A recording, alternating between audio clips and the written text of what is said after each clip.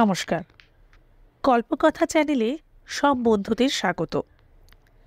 আজ আমি গল্প পড়ে শোনাব শিবাত্রিজার লেখা একটা ছোট্ট গল্প, অন্ধের যষ্টি।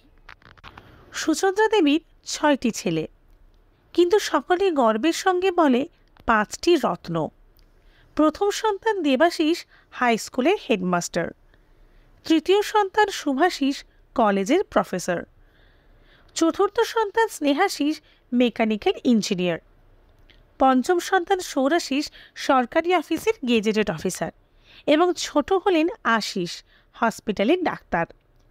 5 সন্তান কলকাতাতে সেটেলড। সকলে নিজেদের সংসার নিয়ে খুবই ব্যস্ত, কিন্তু সুচন্দ্রা দেবী নিজের ভিটেমাটি ছেড়ে কোনো ছেলের কাছে গিয়ে থাকেন না।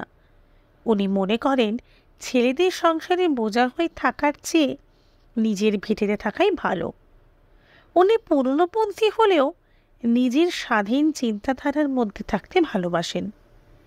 দ্বিতীয় সন্তান শিবাশিসের নাম শুনলে গ্রামের সকলেই নাক ছিটকোয়।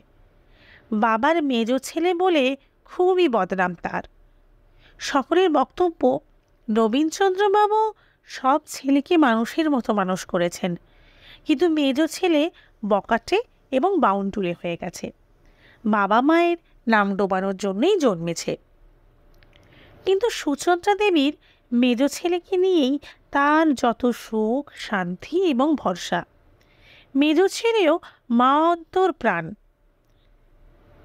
হঠাৎ সুচন্দ্রা দেবীর বিগত দিনগুলোর কথা মনে পড়ে গেল।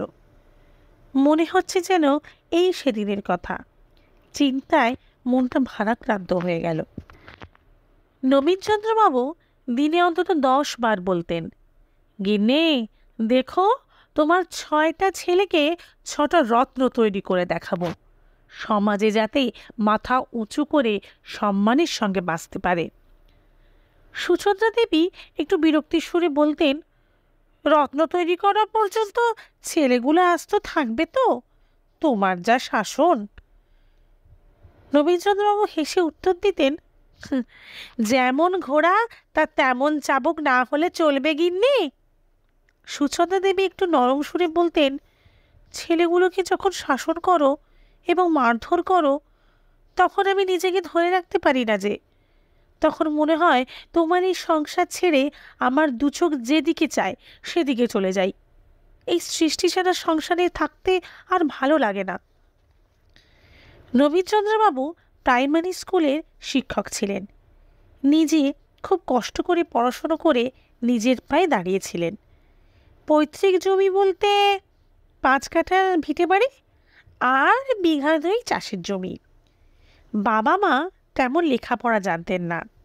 সন্তান বলতে নবীনচন্দ্রবাবুকেই বহু কষ্টে বাঁচিয়েছিলেন। নবীনচন্দ্রবাবু জন্মের আগে তার মা বাবা নিজেদের চতুর্থ সন্তান পর্যন্ত জীবন্ত মুখ দর্শন করতে পারেননি। মা বাবার ওই দুঃখটা সবেধন নির্মণি নবীনচন্দ্রবাবুরও মনে দাগ কেটেছিল। নিজের 6 সন্তানকে ভগবানের দান বলে মনে করতেন তিনি। নবীনচন্দ্রবাবুর অতিরিক্ত শাসনের জন্য সুচন্দ্রা দেবী তার 6 সন্তানকে খুব যত্ন করতেন, যাতে সন্তানদের মধ্যে বাবা মা সম্পর্কে কোনো বিরূপ প্রতিক্রিয়া না সৃষ্টি। তাই যখনই সুযোগ পেতেন তখন তাদের ভালোর জন্য বাবা মা শাসন করেন এটাই বোঝাবার জন্য চেষ্টা করতেন। পিঠোপিঠি ভাইদের খুনসুটিও সুচন্দ্রা দেবী খুব উপভোগ করতেন। নবীনচন্দ্রবাবুর নিজের মধ্যে যতটুকু শিক্ষা, সেটার সবটাই সন্তানদের মধ্যে বিলিয়ে দিতেন। তিনি বলতেন, আমার মধ্যে যতটুকু বিদ্যা আছে ওইটুকু অর্জন করতে পারলেও অনেকটা জ্ঞানার্জন হবে। তখনকার দিনে প্রাইভেট টিউশনের চল ছিল না, তাই নিজেই পড়াতেন। দেবাশিস একবার কোনো কারণে নবীনচন্দ্রবাবুর কাছে পড়া দিতে পারেননি। পড়া দিতে অপারগ হওয়ার কারণ বোঝাতে গিয়েও সেক্ষেত্রেও খুব একটা সুবিধে করতে পারেনি সে। নবীনচন্দ্রবাবু কোনো কথায় কর্ণপাত না করে ওই সন্ধ্যেবেলায় দেবাশিসকে নিয়ে সোজা বাড়ির কাছে শ্মশানে উপস্থিত হন। ওখানেই বই আর হারিকেন দিয়ে কড়া নির্দেশ দিয়েছিলেন, যতক্ষণ না পর্যন্ত তোমার পড়া রেডি হবে ততক্ষণ আমি তোমাকে বাড়িতে নিয়ে যাব না। বলেই নিজে বাড়ির দিকে হন হন করে হাঁটা দিলেন। সুচন্দ্রা দেবী তো ছেলেকে কোথায় রেখে এসেছ বলেই চিৎকার করে কান্না জুড়ে দিলেন। কিন্তু নবীনচন্দ্রবাবুর তো সেদিকে দৃষ্টি দিলে হবে না, উল্টে সুচন্দ্রা দেবীকে বোঝাতে থাকেন, গিন্নি, পড়াশুনোর ব্যাপারে কঠোর না হলে তোমার ছেলেরা মানুষ হবে না যে।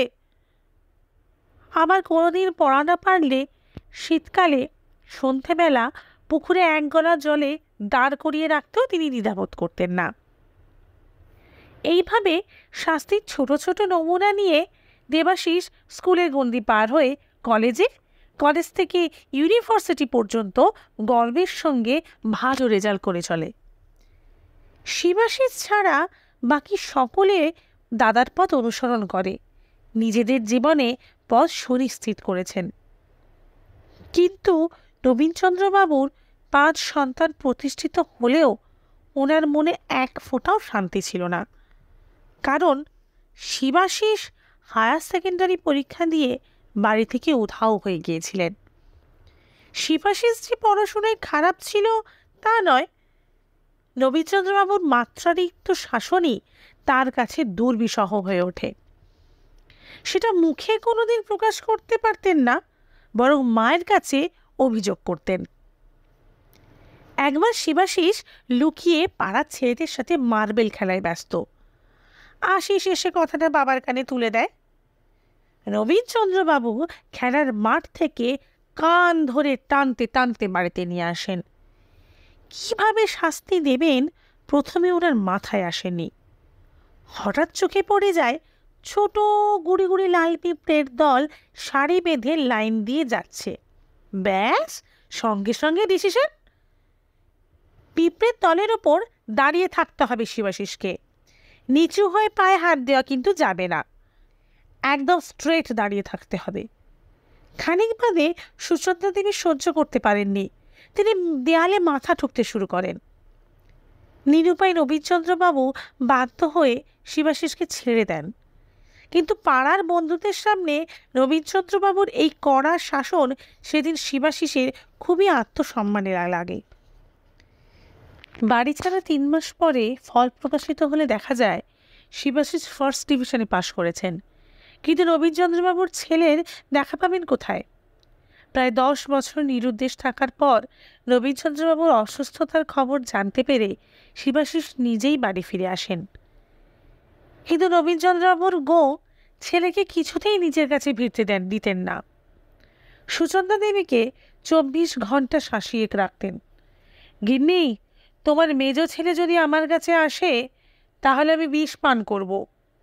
কিন্তু নবীনচন্দ্রবাবুর পিতৃহৃদয়, এতগুলো বছর পর ছেলেকে দেখতেও ইচ্ছে করছে তার। মুখে হম্বিতম্বি করলেও মনে মনে ছেলেকে কাছে পেতে চাইছেন তিনি। নবীনচন্দ্রবাবুর ছেলের প্রতি এই দুর্বলতা বুঝতে পেরে সুচন্দ্রা দেবী মুখ টিপে হাসতেন। অসুস্থ নবীনচন্দ্রবাবুকে স্নান করাবার জন্য সুচন্দ্রা দেবী ধরে ধরে পুকুর ঘাটে নিয়ে যাওয়ার সময় হঠাৎ উনি মাথা ঘুরে স্ত্রীর হাত থেকে ফসকে পড়ে যান। চিৎকার শুনে শিবাশিস দৌড়ে এসে নবীনচন্দ্রবাবুকে তুলে ধরেন। ছেলের হাতে ভর দিয়ে নবীনচন্দ্রবাবু উঠে দাঁড়ান এবং ছেলের দিকে অপলক দৃষ্টিতে তাকিয়ে থাকেন। দুজনের মুখে কোনো কথা নেই, শুধু নবীনচন্দ্রবাবুর 2 চোখ বেয়ে অশ্রুধারা ঝরে পড়ে। কিছুক্ষণ পর নিজেকে সামলে বলেন, তোমার জীবনের ক্ষতির জন্য আমিও দায়ী। এই দায় আমার নিজের কাছে কোনো দিন অস্বীকার করি না। অতটা শাসন হয়তো করা উচিত ছিল না আমার 5 সন্তানের মতো তুমিও প্রতিষ্ঠিত হতে পারতে জীবনে। শিবাশিস নীরব দর্শকের মতো রবীন্দ্রবাবুর দিকে অবাক হয়ে তাকিয়ে থাকেন। শিবাশিসের একটাই প্রশ্ন, তাহলে আমি কি তোমাদের কাছে ফিরে আসতাম? রবীন্দ্রবাবু বলেন, এটাই হয়তো ভগবান চেয়েছিলেন। ভগবান যা করেন মঙ্গলের জন্য। বৃদ্ধ বয়সে তো লাঠির প্রয়োজন পড়ে, সেই লাঠির উপর ভর করে বৃদ্ধবৃদ্ধারা বেঁচে থাকার জন্য বাঁচেন। তুমি আমাদের সেই অন্ধের যষ্টি হয়ে আমাদের পাশে থাকার জন্য ভগবান তোমাকে পাঠিয়েছেন। শিবাশিস মা বাবার সেবায় নিজেকে উৎসর্গ করতে বদ্ধপরিকর। কয়েকদিনের মধ্যে নবীনচন্দ্রবাবুর শারীরিক অবস্থার অবনতি হয়। ছেলে ডাক্তার হলেও নবীনচন্দ্রবাবুর চিকিৎসা কিন্তু হতো গ্রামেরই হাতুড়ে ডাক্তারের পরামর্শে। একদিন এক বিকালে বিষণ্ণ মনে শিবাশিস নবীনচন্দ্রবাবুর বিছানার পাশে বসে। হঠাৎ চোখ পড়ল নবীনচন্দ্রবাবু এক দৃষ্টে ক্ষুধানিবৃত্তির নয়নে শিবাশিসের দিকে তাকিয়ে। তার মনে হচ্ছে 10 বছরের না দেখার ক্ষুধা যেন এক নিমেষে পান করবার আপ্রাণ চেষ্টা করছেন। শুরু হয় শ্বাসকষ্ট। শিবাশিস পুত্র স্নেহের ন্যায় বাবাকে বুকে জড়িয়ে মুখে হাত বুলিয়ে রবীন্দ্রচন্দ্রবাবুর কষ্ট লাঘব করার চেষ্টা করে যাচ্ছেন। একটু পরে শিবাশিসের মনে হলো তার বাবা আর প্রাণের স্পন্দন পাচ্ছেন না তিনি। কি শান্ত স্নিগ্ধ মুখ! বাবাকে তো আগে কখনো এরকম শান্ত স্নিগ্ধ মুখে দেখার সুযোগ হয়নি। চিৎকার করে কান্নায় ভেঙে পড়েন। সুচেতা দেবী দৌড়ে আসেন। বুঝতে পারেন তার সেই প্রিয় গুরুগম্ভীর ভদ্রলোক চিরদিনের জন্য তাকে ছেড়ে না বলে দূরদেশে পাড়ি দিয়েছেন। গল্পটি কেমন লাগলো আপনাদের কমেন্ট করে জানাবেন। আর পরবর্তী গল্পের জন্য চ্যানেলটি সাবস্ক্রাইব করুন এবং পাশে থাকা একটি বেল আইকনে ক্লিক করুন।